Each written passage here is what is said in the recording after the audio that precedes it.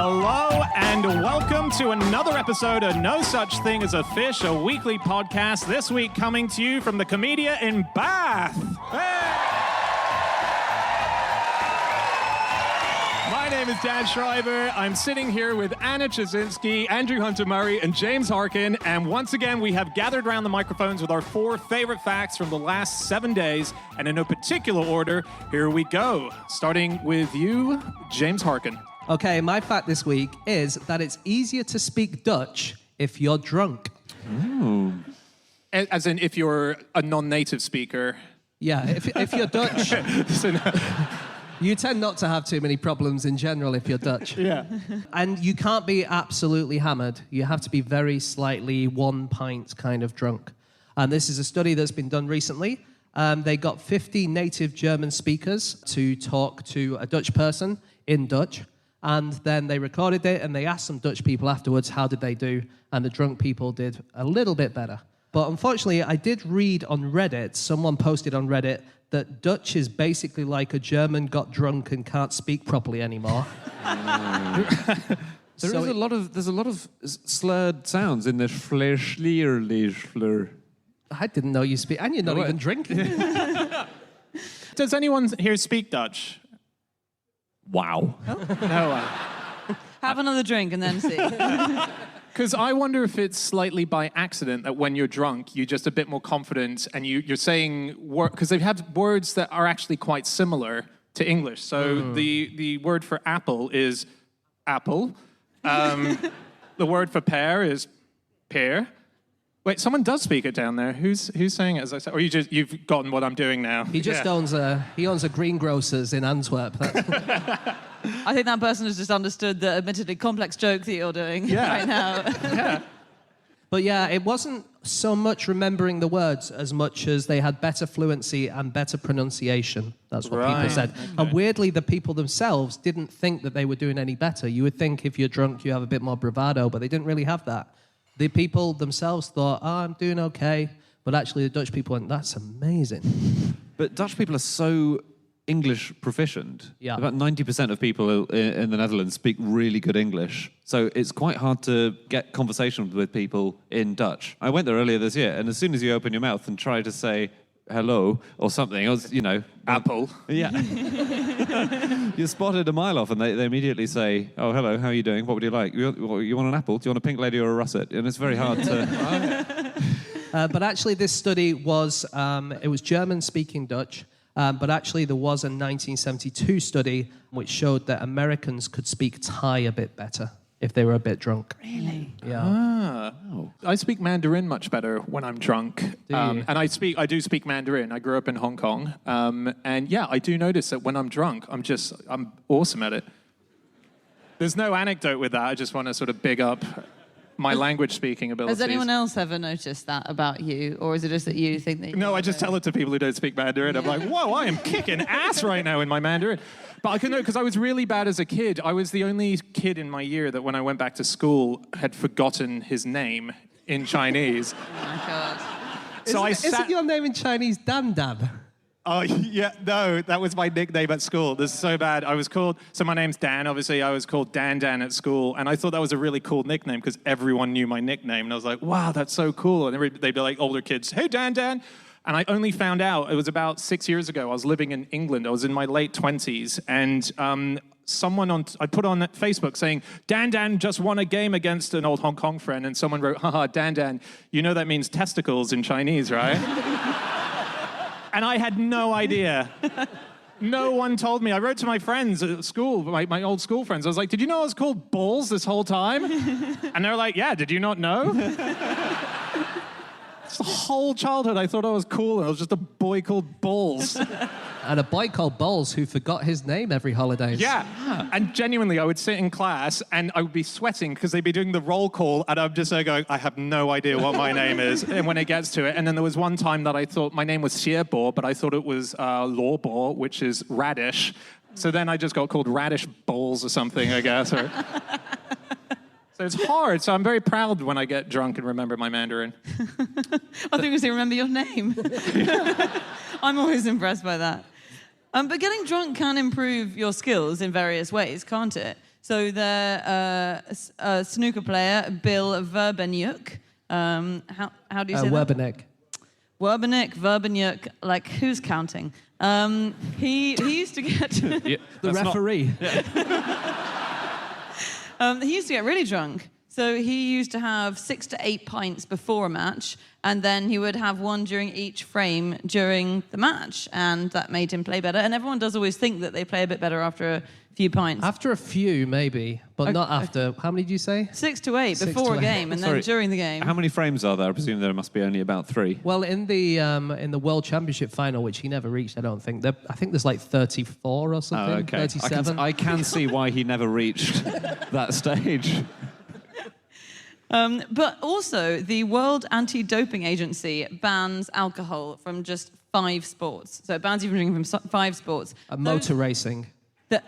Motor racing is one of them, yes. So motor racing, power boating, air sports, auto racing, motorcycle racing. So you can see why it bans drinking in those. It's a bit dangerous. And archery. And actually, the reason it bans archery is that there was a study done in 1985 that found that drinking a little bit makes you slightly better at archery, and it's considered cheating.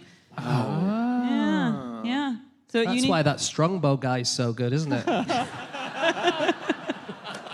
So in 2008, the Dutch voted the word of the year. Now, all countries do this. A lot of countries do this every year. But in 2008, the word of the year in Dutch was swaffelen. Okay? And according to Wikipedia, swaffelen means to hit one's penis, often repeatedly, against an object. Didn't they start doing that? There was a trend for swaffelen in the Netherlands, I think. There was. In April. It started in April 2008 when a Dutch student committed the act on the Taj Mahal.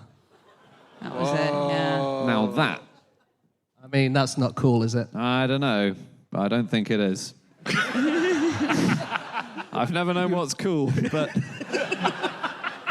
given a list, that'll be low down it.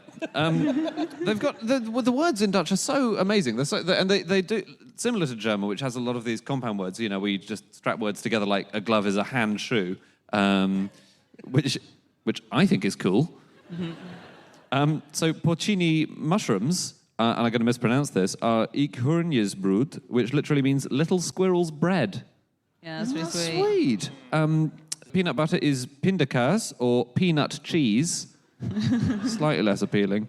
See if you can guess this. A mulepeer, a mouth pear. Do you mean pear as in two of something? No, I mean pear as in Dan's pear. It's a slap in the face. Slap in the face. Is it? Yeah, as it was for you guys just now when you realised what it meant. Wow. You know the little squirrel bread thing, Yeah. though? So I think that's pronounced acorn. And it's good that we don't have any Dutch speakers in the audience, so you can't correct me. But which is very confusing, apparently, because it's pronounced the same as acorn. So the word for squirrel in Dutch is pronounced the same as the word for acorn in English. Way. Yeah. That must be hard for cannibal squirrels. Yeah.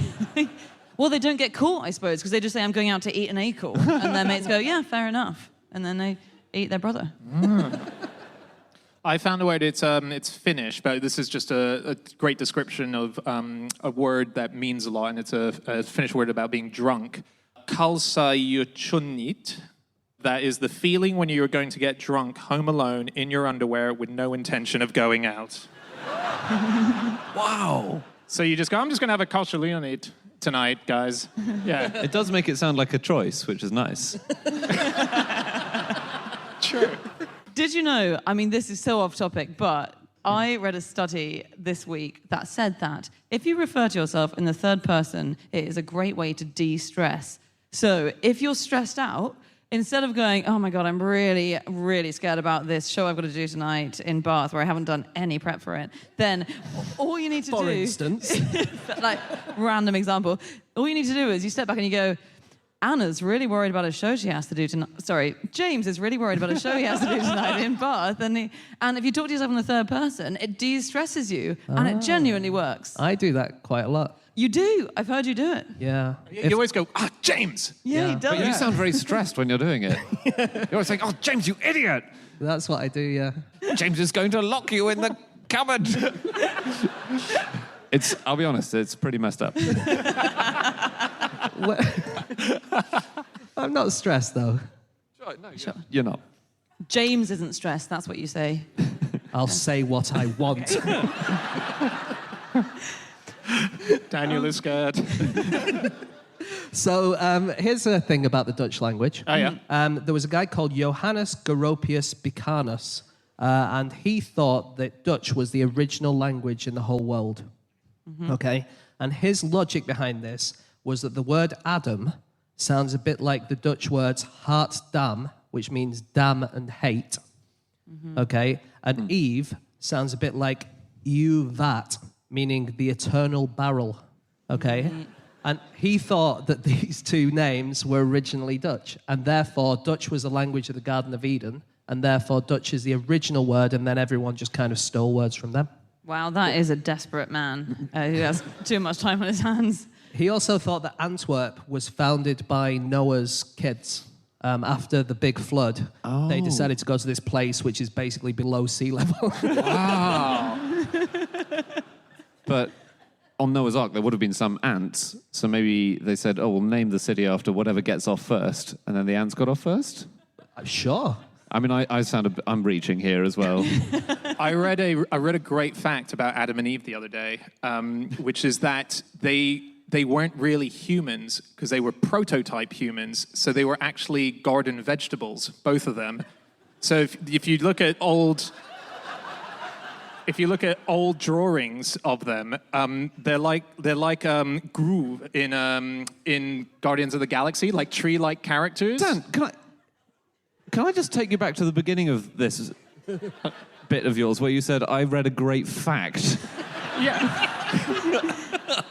But no, it's because it's a fact that someone and myself believe that is. And so check this out as well, because they were root vegetables and they were like, ooh, they didn't have sex with each other, but they had to procreate. And secret societies are looking for what is known as a lost word, because it's a lost word, and they're searching for it because it's said to be so powerful that if said to the face of a woman, it would instantly impregnate her. That was the worst minute of my life. My God. So I was reading some real facts about language learning. The Economist did this thing where they went and searched for the hardest language to learn. And it's really interesting. It tells you loads of cool stuff about various languages. But they concluded that the hardest language to learn is this language called Tuyuka, which is spoken in the eastern Amazon, I think. And the hard thing about that, which I think would be a particular problem for us and for you, is that the verb endings on statements require you to show how you know something. So if you state a fact, in the verb ending, you have to say how you've known it. So, like, the way the verb... Is there an ending for according to secret societies? I think they'll add that when Dan joins. There's no Tuyuka for citation needed. They don't need it. That's so cool. Yeah. Wow. So like the phrase for the boy played soccer, I know because I saw him play soccer, is the played would be a different word to the boy played soccer, I know because I read about it in a book or on Wikipedia or from a mad person on the street. All right, it is time for fact number 2, and that is my fact. Oh, God. Yeah. And the word fact is brought to you very loosely today. So my fact is that American President Calvin Coolidge used to ride a robot horse inside the White House 3 times every day. Isn't that extraordinary? And how did you learn this? I was talking to a root vegetable who... Calvin Coolidge, 30th President of the United States of America, rode horses. There's a surprising amount of presidents who ride horses, but Calvin Coolidge was allergic to horses. So he was built this mechanical horse that sat inside the White House, and he thought it was a joke that it was being given to him, but he tried it out, and he really loved it. And it had 2 different options of it. One was gallop, and one was canter. And he used to dress up as a cowboy every time he got onto it. Sometimes just the hat and totally naked. No. Yeah. He liked being naked a lot, Calvin Coolidge. And get this, check this out. Chew on this, Murray. The horse was invented by John Kellogg, who invented Kellogg's cornflakes. Yeah, he was outside of Kellogg's cornflakes. He invented a lot of things, the mechanical horse. He invented this really cool thing for if you're getting too hot in bed. It was a tent just for your head that led to a sort of tent pipe that went outside your window. So it just, and you can see pictures of it online. Yeah, you know how like there's sometimes windows just have a fan that like sends out that little. Yeah, it was exactly like that. And so you see pictures of people laying in bed with just a tent, door open, so they haven't zipped up, and just getting cooled by I like the air. that idea. Yeah. He invented the mechanical horse, as you say. He also invented a mechanical camel. Which was pretty much the same, actually. It was just had a hump. He invented a kneading machine in which you would lie on it and mallets would pummel your bladder and intestines. Wow. And a colonic machine for enemas. And they would fire gallons of water up your rectum. Gallons? Yeah, gallons. You'd lift off. No. Followed by 8 ounces of yogurt afterwards. That's quite a lot of yogurt as well. Sure, it's not gallons. No. And I've seen a picture of it, and they have multiple kind of bits coming out, so it was for more than one person at once. No. Yeah. So you know how you don't like to sit even with us on a train, Andy? Yes. Yeah. Imagine if we had to hang out while we were all having 8-gallon enemas. My imagination just shut down. But horse machines were quite a big deal because horse riding, everyone did it before the motor car. So there were lots of horse riding exercise machines. And then when bikes came along in the 19th century, then cycling machines became a big thing. And I found an article on Timeline, which is a really great website, by the way. And it's from a magazine called The Rambler in 1897. And it's this description of something that had been invented, which was a stationary bike. So it was a bicycle that has all the delights of outdoor cycling enjoyed at home. And it was invented by a painter. And what he'd done is he'd painted an enormous roll of outdoor scenery, and he'd rigged it up to his cycling machine, and he's attached the canvas to rollers. And as he cycled, the scenery rushes past him. That's amazing. Wow. It's like cycling cool. outside. Because you can buy cycling machines now where you can see on a video like the Tour de France or whatever, wherever you're going. So this is basically that, This isn't is it? that. That's yeah. very cool. I found a really similar thing. Okay, so I think the treadmill, one of its first uses was for horses. As in they were for horses to exercise before they were for people to exercise. Really? Yeah. So case in point, the Queen last year bought a treadmill for all the Queen's horses, but not all the Queen's men. She's got a treadmill that 18 horses can walk or run on at the same time. Wow. And I think the big question is, could they put Humpty together again? But there were theatrical shows in London where they would have live horses on stage in theatres in Drury Lane. So they would have a massive stage, obviously, and then they did a huge spectacular show in 1902, which was, I think it was Ben-Hur. Ben-Hur, it was. a biblical epic, and they had a massive treadmill, and they had about a dozen horses on stage running, galloping on a treadmill. Wow. Yeah, while they wound a massive panorama beside, like No a chariot way. race. Yeah. Wow. Very cool. Yeah, that's insane. That is really good. The exercise horse, since we're in Bath, I should say that the exercise horse is mentioned in Jane Austen. Yeah. Is it? Yeah, it sure is. It's in Sanditon, the novel that she didn't finish. But yeah, she mentions an exercise horse, and basically in her day, what it was a chair which had lots of springs on it, and so you bounced up and down on it like a trampoline. It was a That's pretty trampoline cool. chair. I found out a couple of facts about Calvin Coolidge. Oh, yeah. Oh, yeah. So he was famously a very quiet man, and he became even quieter. And I have one anecdote about him here. So this is during the presidential campaign in 1924. He was found out by a reporter who said to him, "Mr. President, what do you think of prohibition?" Coolidge said, "No comment." "Will you say something about unemployment?" "No." The reporter pressed on. He said, "Will you tell us your views about the world situation?" "No." "About your message to Congress?" "No." And the reporter just started to leave, and then Coolidge said, "Wait." And the man turns around, and Coolidge says, "Don't quote me." That's good. Apparently, he wouldn't let his children eat dinner unless they were in full tuxedo. What? Yeah, apparently. And one night, his son came home a little bit late. He'd been out playing, and he was a little bit late for dinner.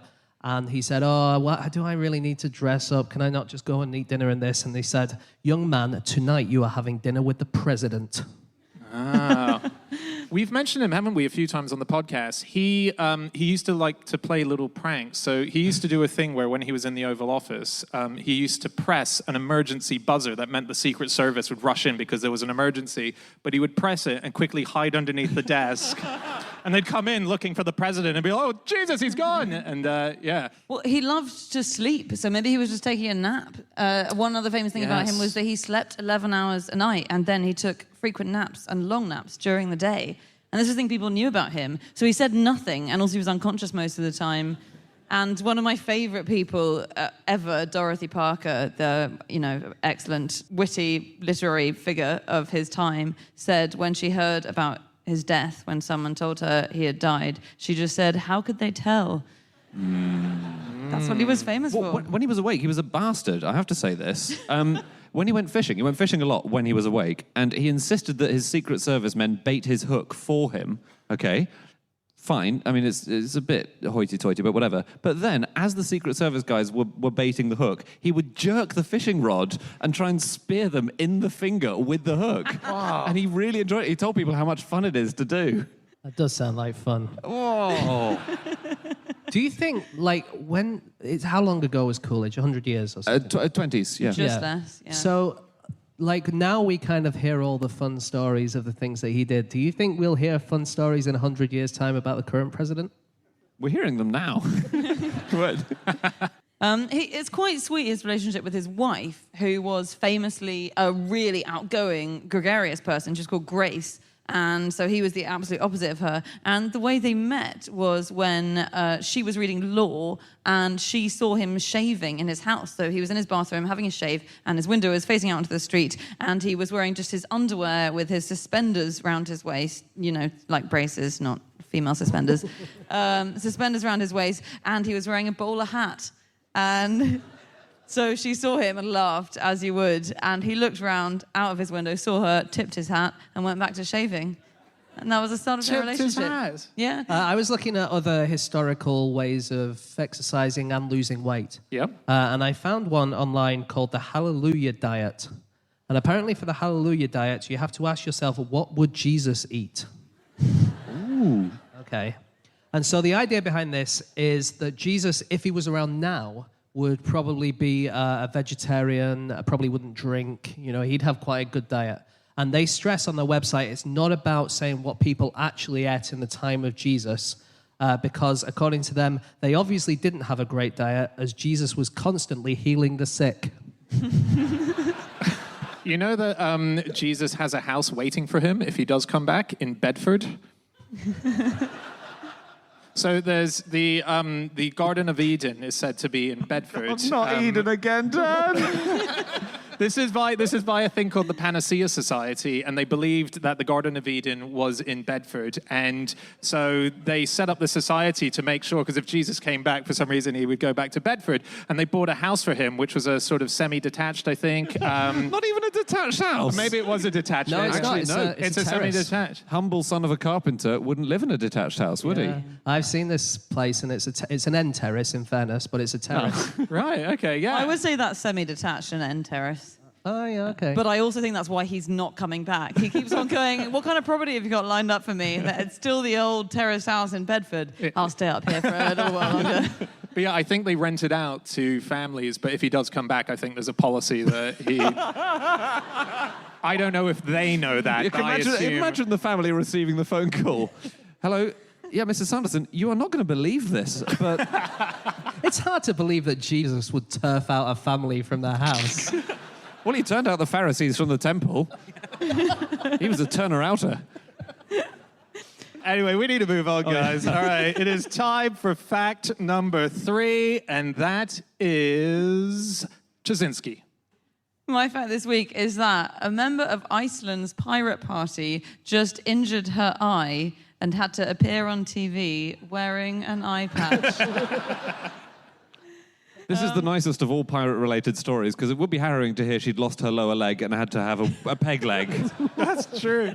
It would have been awkward if you guys had laughed at that, but fortunately, it's just a kind of innocuous injury. Her 1-year-old child scratched her in the eye, so she had an injured eye. She wore an eye patch in this debate, and she clarified that it was not an old sea injury, because the Icelandic pirate party are not about old sea pirates. They're about more modern stuff. Yeah, they're quite popular, aren't they? Yeah, they are popular. There was a time a couple of years ago where they were the most popular party in Iceland, I think, and now they're the third biggest. Yeah, I think in the last elections they might have got about 14%. Yeah. Wow. But yeah, Icelandic elections, they're really into them. So the last election was last year. And The government keeps collapsing. It's like saying that we're really into referendums. it's not that they have a lot. It's just that they like them when they happen. So in 2016, the turnout was 76%, which is the lowest turnout ever at an Icelandic election. Wow. Which is quite impressive. And that was despite 10% of the country in Iceland was away watching the Euros in the last election, I think, when it happened. Yes, so I was reading an AMA on Reddit by the Pirate Party, and they were asked about piracy, and basically their idea is they think that everyone should be allowed to do whatever they want on the internet, like just copy whatever they want and all that kind of thing, and they don't think there should be copyright rules. And they were asked on this Reddit AMA whether they think they'd be actually able to do anything because other countries like the US or the UK have their copyright rules, and surely Iceland wouldn't be able to do anything about that. And they admitted, yeah, okay, maybe we won't be able to do anything about it. They said no country is an island in a globalized world, not even Iceland, which really is an island. I was confused about this fact when I read it because I thought, oh, that's so ironic when I read it. And then, so a member of Iceland's pirate party. Yeah. And then I thought, hang on, is it ironic? And I couldn't work it out, and I was too embarrassed to ask anyone. So I Googled if it was ironic, and I found a website which, if anyone else suffers from not knowing if things are ironic, you can now go to isitironic.com. And it's just Anna going, no. And then Dan and Alanis Morissette constantly submitting requests. Yeah. Alanis is resubmitting saying, isn't it, though? Yeah, so it's just lists of things where people are going, is this or is this not ironic? Just a couple, and I put your fact up as well to see, and it's got 50-50 at the moment. So do people vote on it? Yeah, people vote on it. So Katniss from The Hunger Games is injured by getting burnt after becoming dubbed the girl on fire. Is it ironic? No. 75% say it is not ironic, yes. Torch Tower in Dubai caught fire. I think all of these things are ironic, but different. There are different meanings of ironic. Guns won't be allowed. Come on, there's situational irony, there's dramatic irony, there's all sorts. All sorts. Yeah. Go on, give us another one. No, guns won't be allowed at Trump's NRA speech. That is ironic. Yes, 63% agree with you. The people are with me, guys. That's not ironic. That's a sensible precaution. Just on Iceland, quickly. Iceland has so many, as you say, scandals, political scandals. So the last prime minister had to resign because he was caught up in the Panama Papers, which meant he'd basically been hiding an enormous amount of money offshore, which you'd think the Pirate Party would be fond of, but...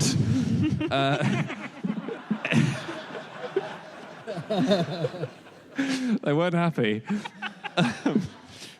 But basically, when that came out, when that story broke, the number of people who protested was nearly 10% of the entire population, as in 10% of the entire country, in basically one square. Wow. Yeah. Was it the same 10% who went to the Euros? I think it must have been, yeah. they just love to travel. Yeah. It's big pirate news this week, I think, or certainly in the last 2 weeks. The Pirate Party just came third in the Czech elections, and they Really? got their most votes that any pirate party has ever got in any election. So it's big news that. They've been a party for less than 10 years, so they're doing really well. And as part of their campaign, they kickstarted a solar-powered pirate boat to do all their campaigning, despite the fact that the Czech Republic is landlocked. Is that ironic, Anna? It's funny. I'll take it. In Taiwan, the Pirate Party wasn't allowed, I think. So in 2012, there was an application to name a political party the Pirate Party, and it was rejected by the Ministry of Interior due to bad connotations, because pirates aren't known as good people. No, well, there's a lot of pirates in the straits around Indonesia and Singapore and Yeah. stuff. And so the Ministry of Interior said that we think there might be confusion and people might think that you are real pirates. So they were told not to do it. But do you guys know, so you know the pirate accent? Yar. Yes. Thanks. Don't know what's happened to these guys. Do you know where that comes from?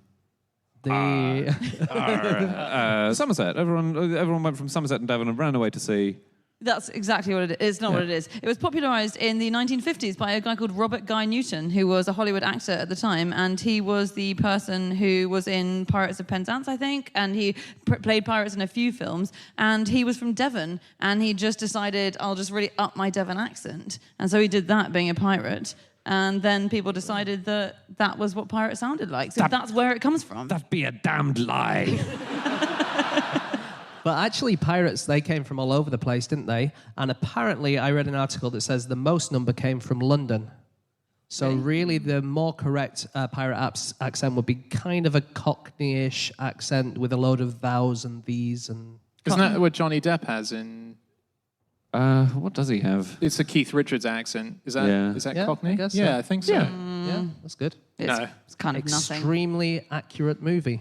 I met the lady who does the costumes for Pirates of the Caribbean last year, and she says they always bring some wire wool to make all of the costumes old, because you can't buy old clothes. Well, you can. You can buy old clothes. Yeah. Wow, James, that is a very elitist thing to think. Wow. I mean, have you seen what I'm wearing? I obviously don't believe it. But as in 17th century kind of well-worn. Those have pirate mostly run clothes. out in the shops now. I'll grant you that. To be fair, most charity shops do not have a long 17th century line. Yeah, someone's grandpa died, and this is in their attic. So, can you think of a pirate who went to Eton? Not a trick question. Oh, gosh. I'll tell you. Shall I tell you? Captain Hook. Did he? Captain No Hook way. he's an old Etonian. No, what? Is he really? Yeah, in the first ever play of Peter Pan, it's made very clear that he went to Eton. That's what J.M. Barrie says. Yeah, that's what Jane Barrie says. In the original play, in the actual play of Peter Pan, Captain Hook's final words are Floriat Etona, which is the school motto. So there was a letter to the Times in the 1930s, and it said, "Sir, I see that the term pirate is being applied to the class of person who owns a wireless set without paying for a license. Is this not a misnomer of a too flattering nature? Unlawful though it might be, piracy has at least the merit of some romance, and has in the past called forth qualities of courage and even courtesy. The person, especially in these hard times, who listens without paying for a license displays none of the daredevil virtues of a pirate. He is a sneak. And the term wireless sneak would be more appropriate." That's amazing. Signed, James Hook, Eton College. Last year, the largest salmon caught in Iceland was caught by Eric Clapton. Sorry, I knew we were way off the Iceland thing, I know, but I just had to mention that. Hang on, Eric Clapton. The Eric Clapton. I'm sorry to say, but I actually called the lake that happened at, and it turns out that it was the biggest salmon at the specific lake, but not for all of Iceland. Who would have thought that Dan would be the arbiter of what was true and false? How do you phone a lake? They got one of those novelty shell phones. That is great fact-checking. That is preemptive fact-checking. That's the amazing. most fact-checky I've ever had in my life. All right, we need to move on to our final fact of the show, and that is Andy. My fact is that the man who invented email later changed career to become a sheep semen importer. Which one of those two things is taken off? Who is this? He was called Ray Tomlinson, and he's the man who invented email. He later became a miniature sheep breeder, but that involved the importation of a lot of sheep Yeah, he semen. wasn't just randomly importing it just for... Sorry, when you say a miniature sheep breeder, was he very small? No, he was massive. He was massive. Well, no, he was a human. Right. He was a normal man. So, but he was a great man because he invented email, and he is the guy who picked the @ sign for the email address. Yeah. And it was very, very clever because it basically meant you could send an email to any computer, and it was outside a network, basically. So we know what email is, mate. well, But this is before the World Wide Web, isn't it? yeah, exactly. So So- you don't have a way of doing it. And it's very weird because until he invented email, basically the previous means of doing it was you had to leave a message on the same computer and then someone else had to log in to see what the message was. And that was email before him, Yeah. which is not a convenient thing, obviously. So you would write the email on your computer, Yeah. mail your computer to the person. Dear Amazon, I would like to buy a pair of your socks. Yes. And then you'd have to you send send a the computer. Yeah. They would. Yeah. Okay. Yeah. Do you know how Brian Blessed tweets? Very loudly. I imagine. capitals. He has his tweets faxed to him. So, and then he receives his tweets by fax. He reads through them. He calls his agent. He answers it over the phone, and his agent takes a note of it and then types out all the tweets at the end of the day to send back Really out. cool.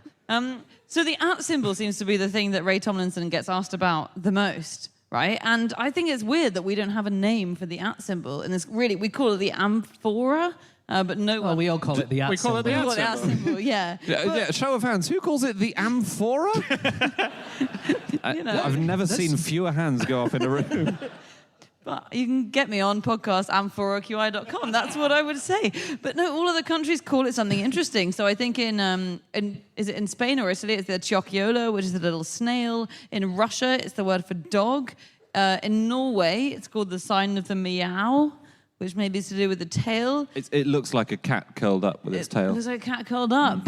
So at the moment, the movement of semen, the import and export in the UK, is sorted out by the EU by the Belay Directive. Oh, imagine sorting that out. Oh no, I just mean the rules. The rules. For listeners at home, Daniel's doing some really gross miming. But I don't think anyone's talking about how this is going to affect it after Brexit, are they? I'm one's not. talking about semen. I'm not. But this is really important because you need to import semen from different countries. Otherwise, all of your livestock is inbred. Yeah. Yeah. Because, like, for instance, in America, they're importing a lot of bee semen at the moment. lot of Because what they've semen? got... Sorry? Bee semen. Bee semen, yeah. So their bees are really struggling. They're all dying, and they need a new bit of genetic material. And so they get the bee semen in from other countries, and then they inseminate them into the bees. But it's quite difficult if you get it through customs because they don't often see bee semen coming through. You're looking at me like I'm making this up. But I didn't know bees had semen. They I have to do. say. So each male produces 1 microliter. To put that into some kind of perspective, a single drop of water is 100 microliters. Wow. So you need 100 bees to produce enough semen to be like the 1 drop of water. What's the purpose of that? That fact, I don't know. What's the purpose of getting the 100 bees together? And Oh, yeah. Imagine being invited to that party. What? As a bee. Is it? I want to know how they collect it because the ways of collecting semen as a farmer they're quite interesting. There's right? one guy, basically. One man One man. with tiny fingers. Is it? Is it Donald Trump? No, it's Michael Waite, 53, from Scotland. Okay. He's one of the few beekeepers who is inseminating queen bees by milking the bees. And I've seen footage of it. You just have to squeeze the abdomen very gently. Oh wow. It comes out. Because in farming of larger animals, then they have dummies, don't they? So they have dummies of ewes. So, for instance, bull semen fertilizes 75% of the cows in this country, I think, because it's just much easier, it's more you convenient. mean Wait, imported semen? What fertilizes the other 25% of cows? Andy, there's a special word that you say. Sorry, imported bull semen imported bull semen that comes in vials, fertilizes dairy cows, but you need to be able to collect it. And so you sell dummies, and you can look up, dummies online, and you can buy dummy sows, for instance, that you can get pigs to mount, because you need pig semen to be imported as well. And it's really hard to collect because you have to get literally in there, so you've got the dummy sow, but you have to swoop in there at the last minute with your cup to collect it. And that's why it's much more convenient to use a dummy, because with an actual sow, it moves around the pen quite a lot, and so you have to chase it around, whereas with a dummy, it stays still at least. But this is how a lot of farm animals are inseminated. Yeah. There is another method, which is that some males then mount other males, and the other males are called teasers, okay? And then they're interrupted at the last minute by a man with a rubber tube. Oh my God, who volunteers for that job? I think it's paid.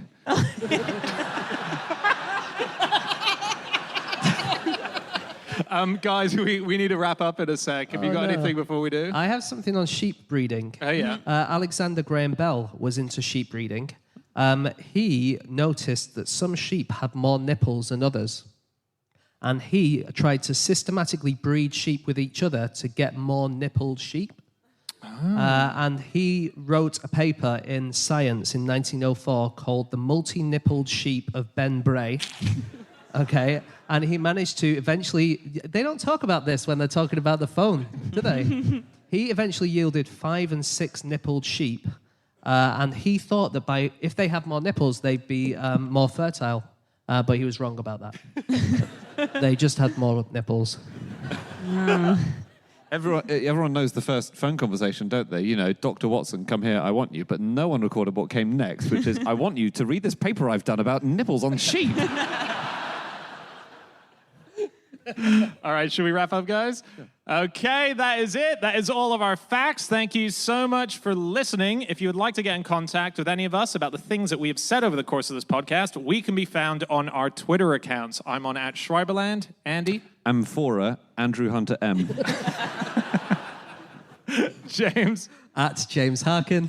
And Shazinski? You can email podcast@qi.com. Yeah, or you can go to our group account, which is @NoSuchThing, or you can go to our website, nosuchthingasafish.com. We have all of our previous episodes up there. We also have a link to our new book, the Book of the Year, which is being released November the 2nd. It's out, in fact, by the time you're listening to this.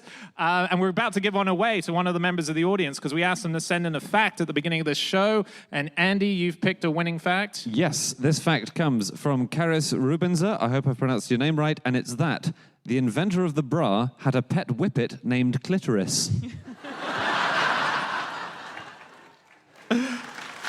So...